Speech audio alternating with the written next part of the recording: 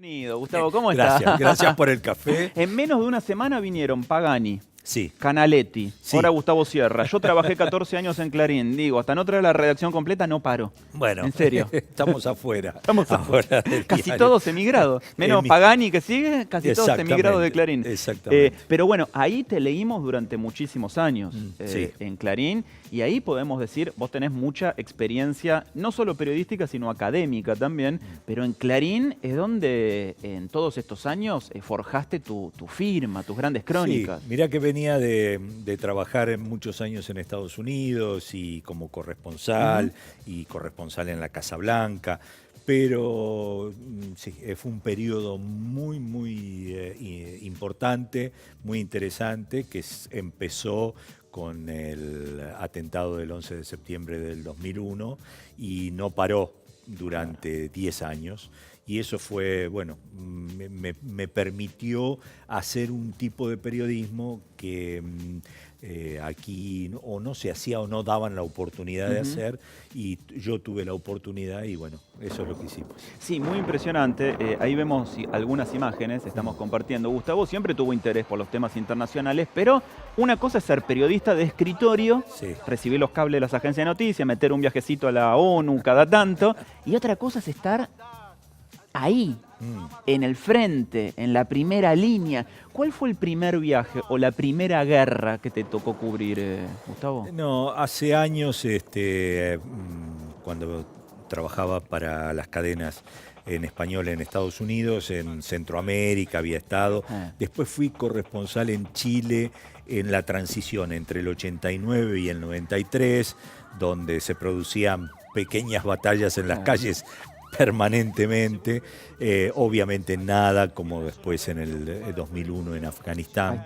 Esas son las imágenes que compartimos. Y después, no, esto es Irak. Ah, Irak. Esto es Bagdad. Está bien. Y bueno, sí, estaba ahí.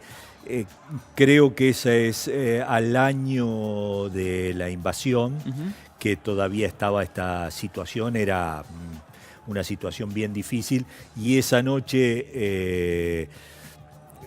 una vez que oscurece, la situación se pone muy difícil y tensa para estar en la calle, así que estás un poco encerrado y es el momento que escribís y mandás las notas. Y recuerdo ese incidente en particular, que fue un atentado con bombas y con misiles, y que salí corriendo con la cámara. Y el chaleco que pesa 15 kilos y es tremendo, y un casco, bueno, que uno es muy ridículo, pero bueno, hay que usarlo en esas situaciones. Y me acuerdo de haber corrido 10 o algo de cuadras así hasta llegar a ese lugar, ¿no? Ahora, es muy impresionante escucharlo a Gustavo. Les recomiendo mucho, si no lo hicieron en aquella oportunidad, buscar en internet aquella crónica histórica del hotel bombardeado, cuando vos estabas con tus compañeros, con tus colegas justamente en el hotel que fue bombardeado. Sí. Y ya les digo, los detalles los pueden encontrar en internet, en la crónica, pero lo que ha quedado, yo recuerdo haberla leído en aquel momento, es tu impresión, ¿no? Tus impresiones, Sí. el sabor ese tan cercano de la muerte rozándote. Lo que sucede ahí es, primero, ¿a qué testigo vas a ir a buscar si vos mismo fuiste testigo de todo? Claro. Y la otra cosa que aparece es que realmente podés describir la sensación de ese momento, de haber estado ahí, y llevar al lector al lugar. Eso era el objetivo, y creo que estaba cumplido con ese tipo de crónica. A mí es la que más me gusta. Sí. Creo que mucha gente se enganchó mucho con esto, y creo que la forma en la cual hay que cubrir cualquier evento. No es necesario estar en una guerra para eso. Se puede hacer de cualquier manera. Entonces, creo que hay que hacer más esto, la crónica que lleve al lector al lugar, que te lo acerque. Una crónica inmersiva. Sí, y ¿sabes qué? Que te permita entender mejor esto, porque si vos no entendés que el que está ahí en ese lugar es un tipo exactamente igual que vos que vivís en Villa Lugano y que en una situación como esa podrías tener la misma reacción u otra que esa persona que estaba ahí, te permite entender qué es la guerra. Justamente en el diario Hoy de la Mañana veía una foto muy contundente del muro, de los muros que hay en Cisjordania y en la Franja de Gaza y demás, un conflicto que parece sin solución, que se prolonga a lo largo de los años, de las décadas. Sí. ¿Cuáles son tus recuerdos de esa zona, Gustavo? Primero, los muros nunca funcionan. No, nunca han sido efectivos, salvo Donald Trump, que sigue creyendo fervientemente en ellos. Todo el resto sabemos que no, que son un problema gravísimo y que no hacen más que eso y provocan más violencia y más muerte. Sí, estuve ahí en la zona entre Israel y Cisjordania y la Franja de Gaza cuando todavía no estaba terminado todo el muro, claro, ¿no? Porque iba avanzando, cuando cada viaje que hacía a la zona iba avanzando ese muro. Trae mucho dolor a mucha gente y más en un conflicto como este, donde es realmente irresoluble en el sentido de esta piedra es mía porque Dios me la dio a mí. No, esta piedra es mía porque Dios me la dio a mí. Es imposible, ¿no? Si no salimos de esa lógica, es imposible llegar a algún tipo de acuerdo.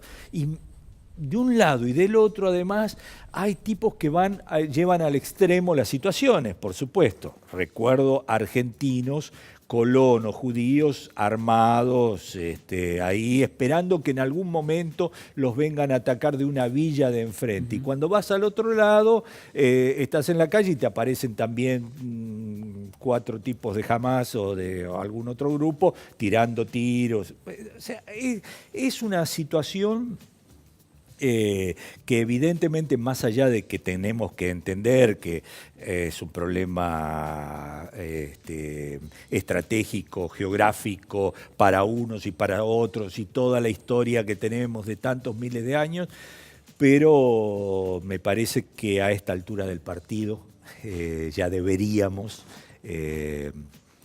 haber encontrado algunas vías de solución, ¿no? Pero siempre nos aparecen nuevos conflictos. Hoy tenemos Cataluña. Claro, ¿Cómo 1 de octubre. El 1 de octubre se quieren ir de España. Es que es muy impresionante eso, porque aparte yo estoy muy fascinado siguiendo el tema. Si el 1 de octubre gana finalmente la opción de la separación, tiene que hacerse efectiva en 48 horas. Y hay un compromiso de fundar una república, también con la idea de diferenciarse del reino, ¿no? Bueno. Ahora, esas son luchas muy propias del siglo XXI, las que estamos viendo, las de los separatismos o las del narcotráfico también, ¿no? Sí. Vos fuiste testigo de innumerable cantidad de conflictos históricos. Algunos viejos como el mundo. Esta piedra es mía porque me la dio Dios. Otros nuevos, como los del narcotráfico. ¿Cuáles son los sentimientos más humanos que te aparecen a vos de ver el horror tan de cerca? ¿Culpa? ¿Decepción? Y es toda una mezcla. Siempre, digo, no hay nada blanco y negro, si hay un gris en el medio. Mirá, muy esas grande. son imágenes muy impresionantes de México, que recién nombrábamos el narcotráfico. Sí. Y me imagino que en lo humano, ¿no, Gustavo? Debe ser muy, muy impactante para vos como persona estar ahí. Sí. Primero, algo que repito siempre, la guerra es solo muerte y destrucción, no trae nada, no hay solución. No hay heroísmo, no hay épica, nada, no hay... absolutamente nada. Y hay expresiones humanas. Cuando estás en esa tan delgada línea entre la vida y la muerte, aparece lo mejor y lo peor del ser humano, lo mejor y lo peor de cada uno de nosotros. Y nunca sabes exactamente cómo vas a reaccionar. Podés intuir algunas cosas, pero tenés que llegar a ese momento para saber exactamente cómo vas a hacer, hacia dónde vas a salir. No hay un plan previo. Sí. A veces estás pensando, voy a correr para acá, voy a hacer esto, y finalmente terminás haciendo otra cosa porque en ese momento te llevó a hacerlo. La cuestión después empiezan a aparecer sí cuando la muerte, cuando el peligro te va pisando los talones, empezás a tener ahí sentimientos de si le tocó al que tengo al lado, el próximo soy yo, o también un sentimiento de culpa, ¿por qué le tocó a él y no a mí? ¿No? Todas estas cosas aparecen en esto y dentro de todo nosotros, los periodistas que hacemos esto en forma profesional y no como aventura, porque hay unos cuantos que encuentran esto como una aventura, yo sé que se les termina en horas, ¿no? Después, porque ante la realidad... Como quien contrata un safari a Kenia, hay periodistas que van acá para vivir las aventuras de sus vidas. Totalmente, totalmente. Yo creo que eso es un absurdo y que no hay que hacerlo, que eso provoca muertes gratuitas y que no se lo aconsejo absolutamente a ningún periodista. Ni a nadie que cuando quieren ir a buscar centros de conflicto y batallas no necesitan ir al Medio Oriente. Aquí en el Gran Buenos Aires tenemos infinidad. Por lo tanto, te decía que en esas situaciones, cuando vos sos un profesional, estás armado en cierta manera para estar dentro de esa situación y salir más o menos armado. Eso no quiere decir que después te vuelvas con esa mochila. Claro. Eso te queda a vos. Eso te queda a vos y te queda para el resto de tu vida. Te queda para siempre. Ese es otro punto, porque hay muchos chicos que, el corresponsal de guerra y demás. Hay que tener en cuenta ese tipo de cosas. Y al mismo tiempo pensar en toda la otra gente que no está preparada para esto, ¿no? Chicos muy jóvenes, bueno, las víctimas de toda guerra que son siempre los más vulnerables, ¿no?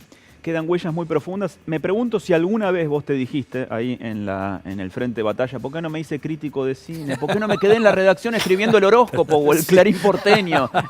¿No? Y muchas veces lo pensás y decís, ¿por qué yo tengo que estar acá?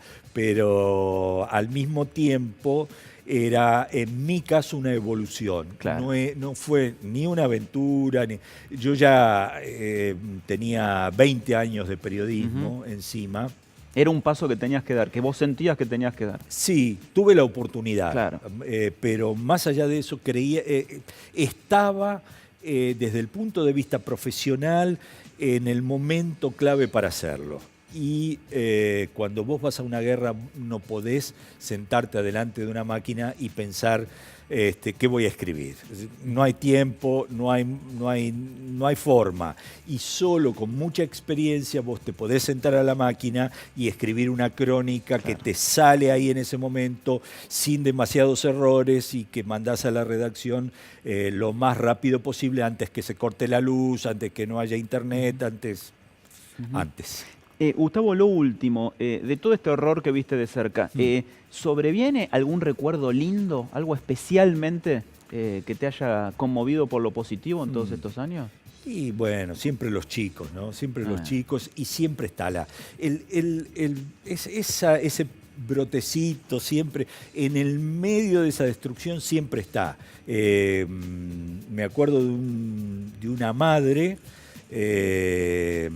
española que había estado casada con un iraquí y se habían separado.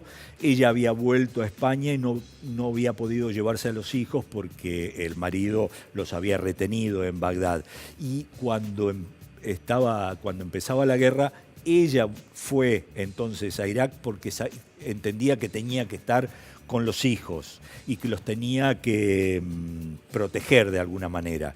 Y uno de los chicos de 15 años, me acuerdo de estar con un balcón así en un lugar, viendo un poco lo que quedaba y algún bombardeo lejos. Y este chico decía, bueno, ahora nos queda reconstruir todo esto, tenemos que hacer de nuevo este país. Y entonces le decía, pero no te vas a ir a España cuando puedas, que tal vez vaya en algún momento con mi mamá a estudiar, pero creo que lo que tengo que hacer, lo tengo que hacer acá. Y esa es la sensación también que encontrar médicos, por ejemplo. Claro. Que un médico muy importante había tenido una carrera extraordinaria en Gran Bretaña, un cirujano extraordinario, que había vuelto a Irak también para ayudar a su pueblo. Claro. Bueno, esos son los buenos ejemplos. Personas que tienen una visión de futuro y de un futuro ahí. Sí. Eso es lo positivo. Sí, exacto. No se pierdan las presentaciones y los comentarios, los análisis de Gustavo en la televisión pública, tampoco los libros, uno de ellos Los chicos del ISIS, Sí, que es fundamental para entender lo que está sucediendo con Estado Islámico y que se esconde detrás de esta red terrorista que justamente conmueve al mundo. Gustavo, muchas gracias por haber venido. Gracias. Siempre Nico. es un gusto conversar con Igualmente, vos. Así igualmente. que ojalá que brindo por un próximo encuentro. Perfecto. Ahí está. Muy bien.